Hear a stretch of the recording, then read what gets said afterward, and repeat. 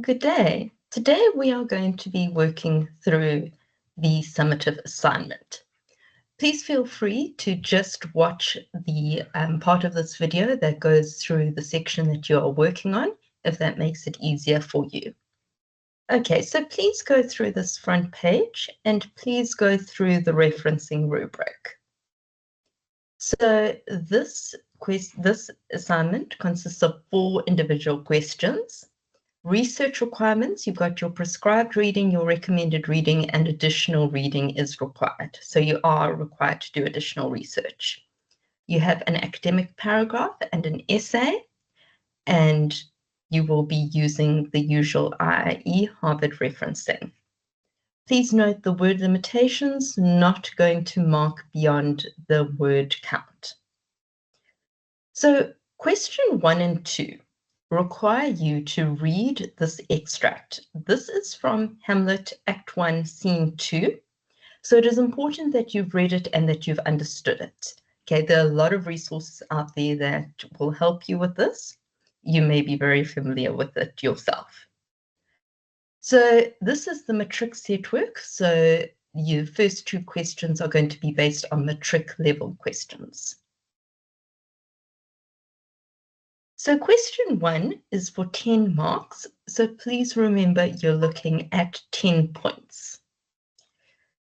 That is 10 individual points that I can put a tick next to. Your students complain that they will never read Shakespeare in real life, and therefore it is a waste of time to study it. In a detailed paragraph, explain the importance of the core English skills and discuss the link between these skills and the texts that are studied in English. Refer specifically to the extract provided. What you really want to focus on is on explaining the link between the texts that we study and the core English skills. By now you have a pretty good grasp of what the English skills are.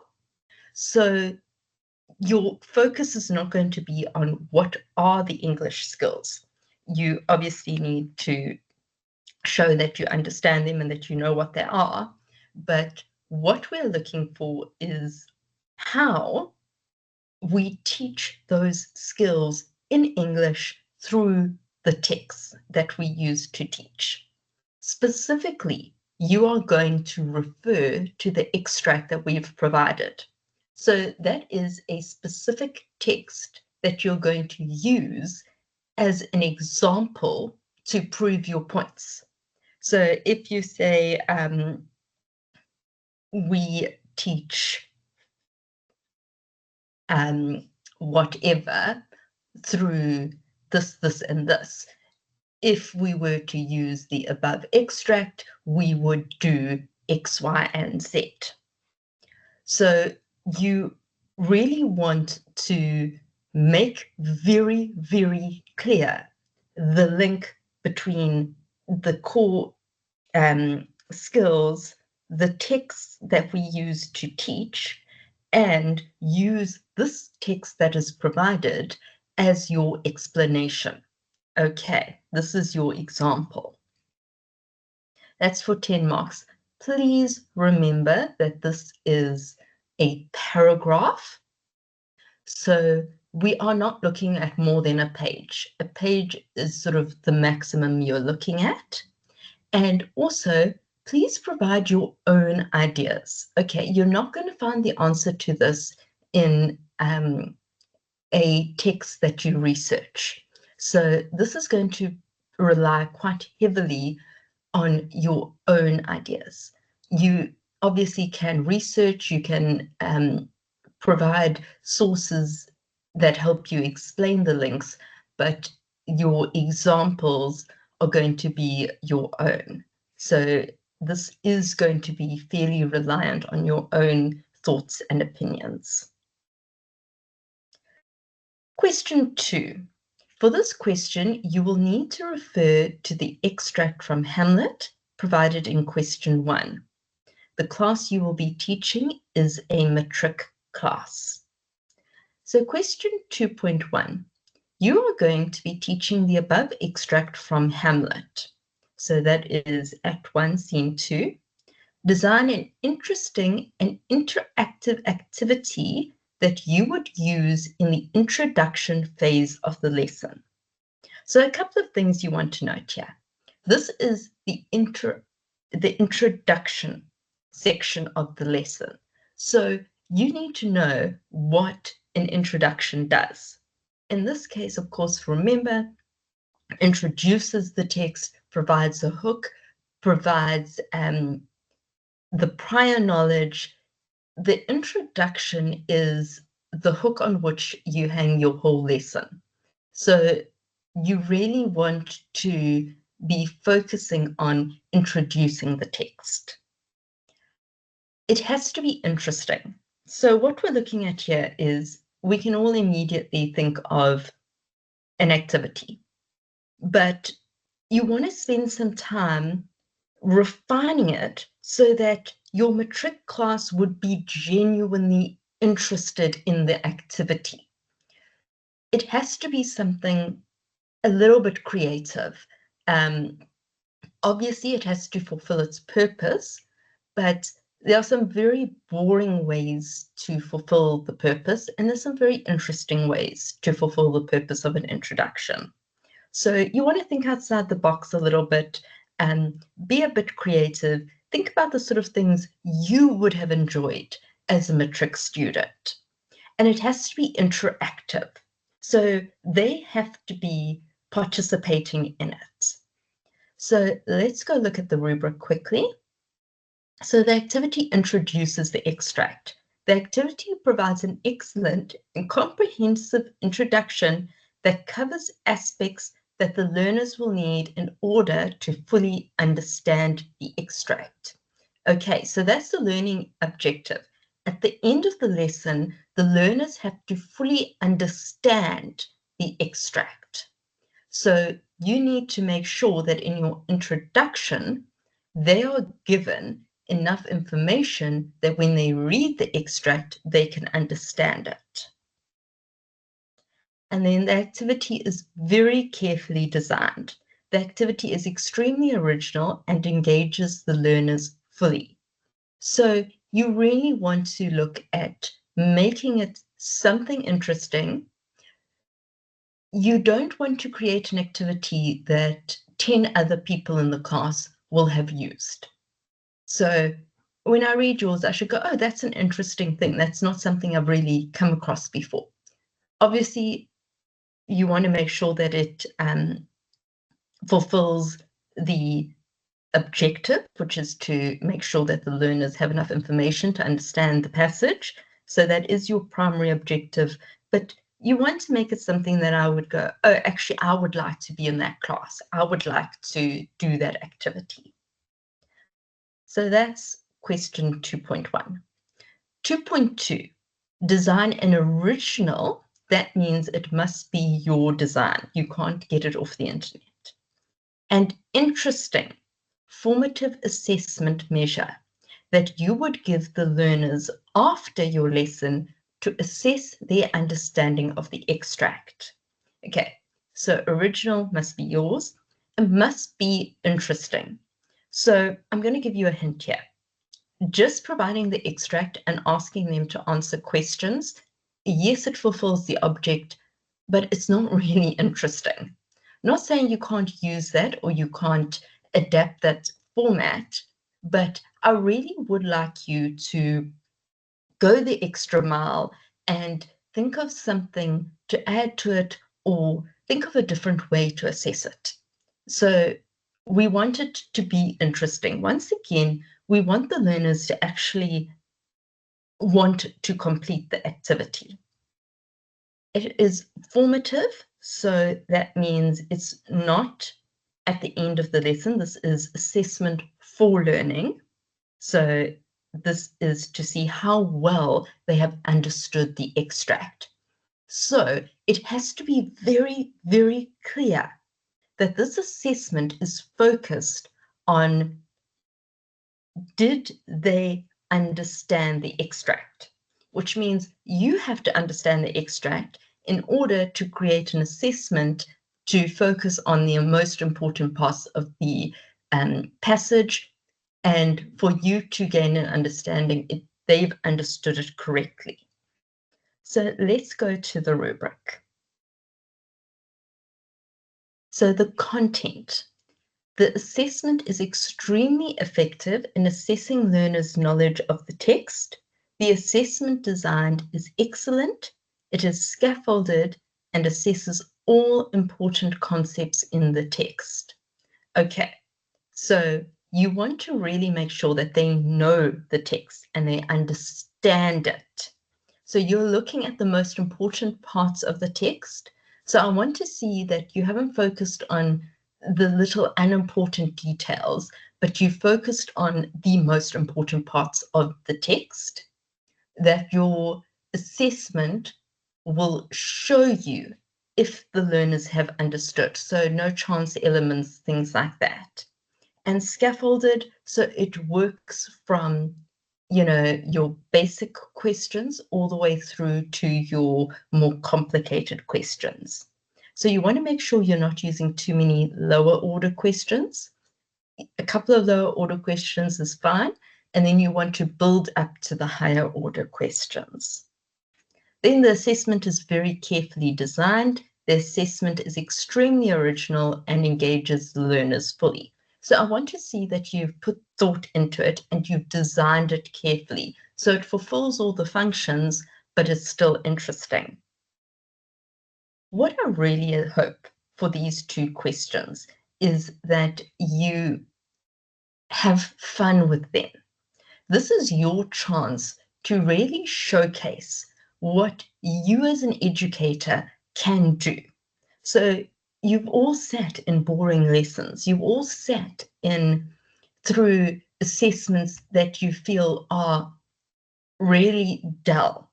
And you've all thought, I could do so much better than this. This is your chance. So have some fun with it. You should enjoy the activity. If you feel it's a boring activity, if you feel that this is really dull, then the chances are the activity itself is quite dull. So you want to try and think about what you would enjoy as well. And then for question 2.3, you design the assessment tool to mark the assessment measure designed in question 2.2. So this is your marking memo and your rubric. So if you've asked questions, you want to have a marking memo. That is where you provide the suggested answers. If you are doing a marking memo, please remember to include instructions to the marker. So the lower order questions might be right or wrong. So you just need to write out the correct answer. But for some of the other questions, they are going to be a bit more open to interpretation. So you're going to provide some sort of direction for the marker. So you will provide a suggested answer, but you might want to add that the marker should credit responses that look at X, Y, Z, or accept well-reasoned and well-substantiated answers. If there is something that the marker should not accept, you'll make a note of that. Do not accept answers that refer to this, or do not accept answers that do not include X, Y, Z. So you want to make sure that this assignment, this assessment can be given to all the teachers in the grade, and then they all receive the same marking, the same assessment tool, and everyone will mark it exactly the same. So even for the open questions, they have enough guidance that they would all mark the answers in the same way. Then anything that is subjective or open to interpretation, so anything creative, you will provide a marking rubric. So a rubric has to be specific enough that the markers know exactly what they're looking for, but still open enough that there is room for creativity from the learners and for interpretation from the learners. So you don't just want to say the introduction was good. That doesn't really tell anyone anything. What makes the introduction good? The introduction hooks the learners, is interesting, provides an overview of the text. You know, that's sort of the thing we're looking for.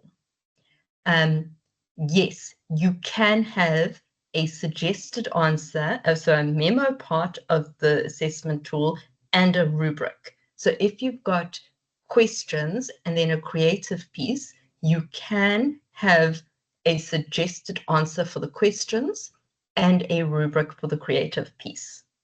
So what we're assessing here is, do you understand what is the correct marking tool? So what you're not going to provide a suggested answer for a writing piece. You would use a memo. You're not going to use a memo for answers, that you're going to use a suggested answer, a memo. So hold on, I hope I said that correctly. For questions, you're not going to use a rubric. So if you've got 5 questions, you're not going to provide a rubric for that. You're going to provide a suggested answer or a memo. So we're checking to see, do you understand what assessment tool goes with what assessment measure? And guys, that is very, very common sense. Okay, don't overthink it. It's just common sense. And then we're looking to see, have you provided suggested answers? Have you provided guidelines to the markers? Have you provided a rubric that is specific enough to help the markers without being too closed? Okay, so that is question 2. And I do apologize. In the beginning, it said there are 4 questions. That is incorrect. There are only 3 questions. Okay. So only 3 questions. Your assessor will use the marking rubrics appendix at the end of this paper to evaluate the quality of your response. As such, you should ensure that you are satisfied that all required question components are present and of a high standard before submitting your assignment. So, your context. The focus of English should not be to merely understand the core skills sufficiently to pass the National Senior Certificate. The goal of teaching English should be to teach learners to be critical thinkers who can integrate the core English skills into their lives in an effective way. So, what the overarching idea of this essay is the idea that we are not just looking to pass exams. The skills that we are teaching in English are meant to be transferable. That means that you can take them and use them in all circumstances. So, for example, we are not just teaching them how to write a creative essay because we think they're going to go on and make a living writing short stories. No, what we are teaching them to do is to think critically, to structure a story in a way that makes sense. We are teaching them about paragraphs, about punctuation, about sentence construction. All of these are things that they are going to need: how to formulate their thoughts, how to structure things, how to use paragraphs, how to use sentences effectively. So that is what we mean when we talk about it's not just about passing the exam, it's about learning skills. With the above statement in mind, you are required to compose an academic essay of between 1,500 and 1,750 words, comprising both expository and discursive elements. Now, I just want to clarify. Expository elements means that you explain. Discursive means you discuss. So you have to explain, but you also need to provide a discussion. And the discussion part is where you provide your own thoughts, ideas, and opinions. I do not want you to simply curate a list of other people's ideas. Yes, you are going to research. The research is going to provide the platform from which you discuss your own ideas. So that gives you the starting point of the discussion. But the discussion is your own thoughts and your own opinions. Something that you are going to need to focus on is clearly explaining your ideas and your points.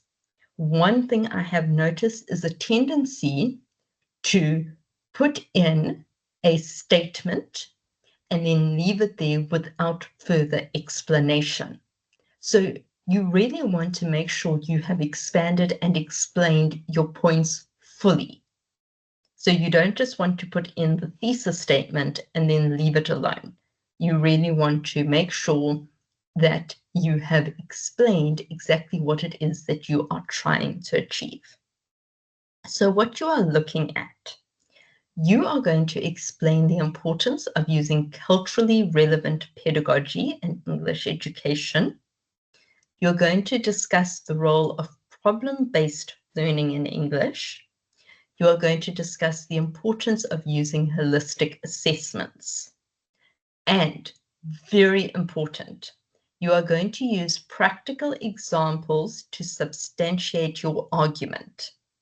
So you are going to use very specific examples to illustrate culturally relevant pedagogy, to illustrate problem-based learning, to illustrate holistic assessments.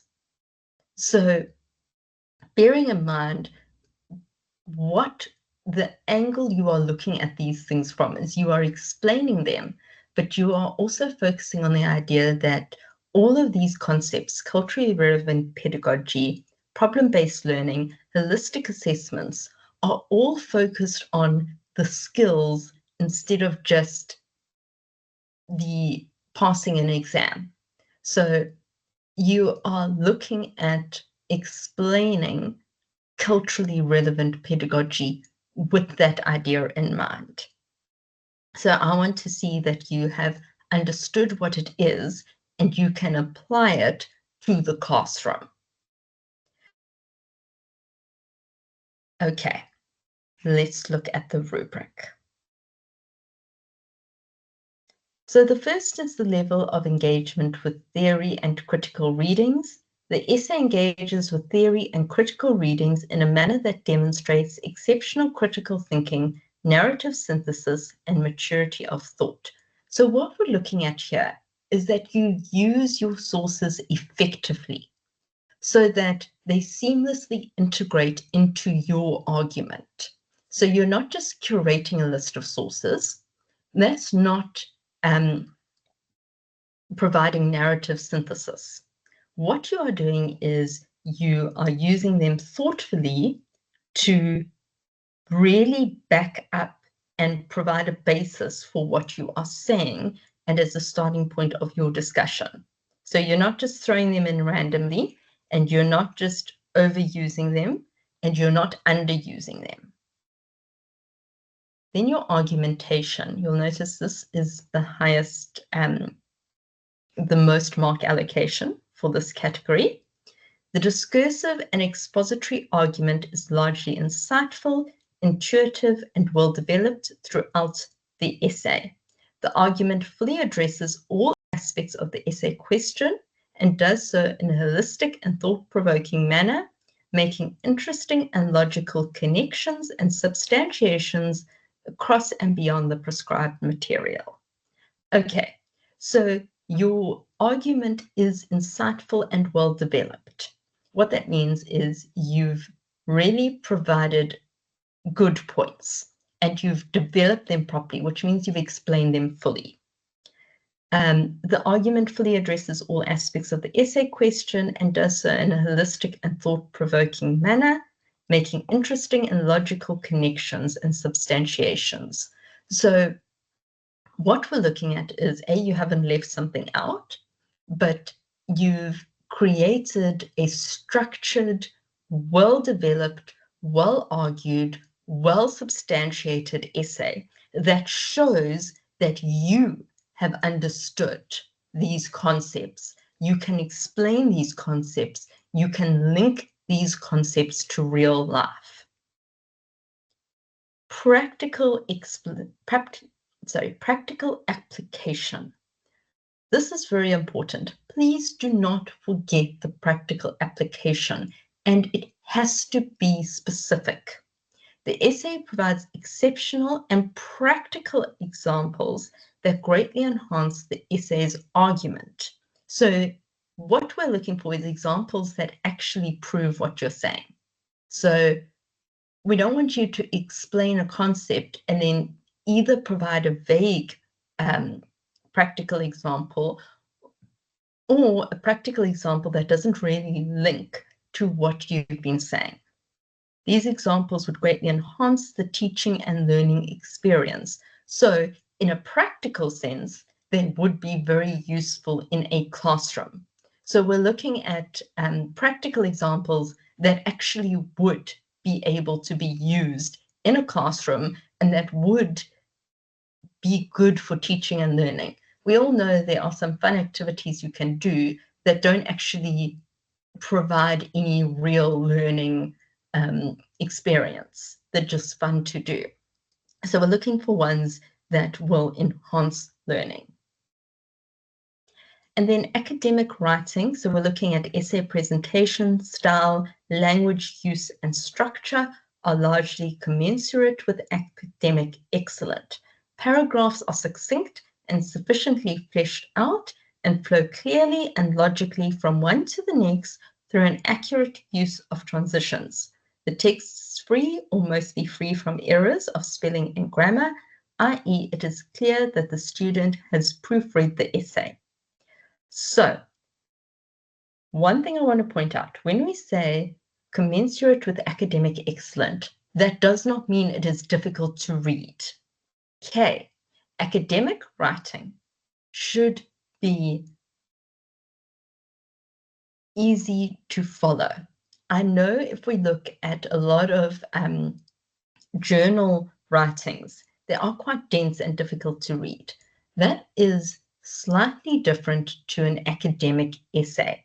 An academic essay should not be incomprehensible. I shouldn't have to read a paragraph twice or 3 times to understand what you're saying. That is not proof of academic excellence. Academic excellence is, it is well structured, it makes sense, it is clear, it is well explained, it is well substantiated, it is well structured. Okay, paragraphs are succinct and sufficiently fleshed out. Okay, that sounds like an oxymoron, but what we're looking at is we want enough detail, but we don't want added fluff. So you're not adding things in just to pad out your essay. Everything you add in links very clearly and adds to your argument.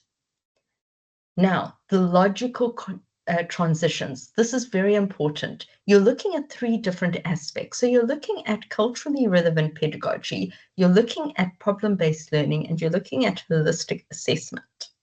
Your essay should not read like 3 separate questions. You need to link these ideas. You need to show transitions. And please be careful of transitions. Don't just put however. Understand what however means. So think carefully about how you're going to transition from one idea into the next. And please edit your work. Okay, I know you don't want to go back and reread your essay. No one wants to do that. But please go back and reread your essay to check for errors. Okay, that brings us to the end of the session. If you have any questions or any concerns, please feel free to email and ask them.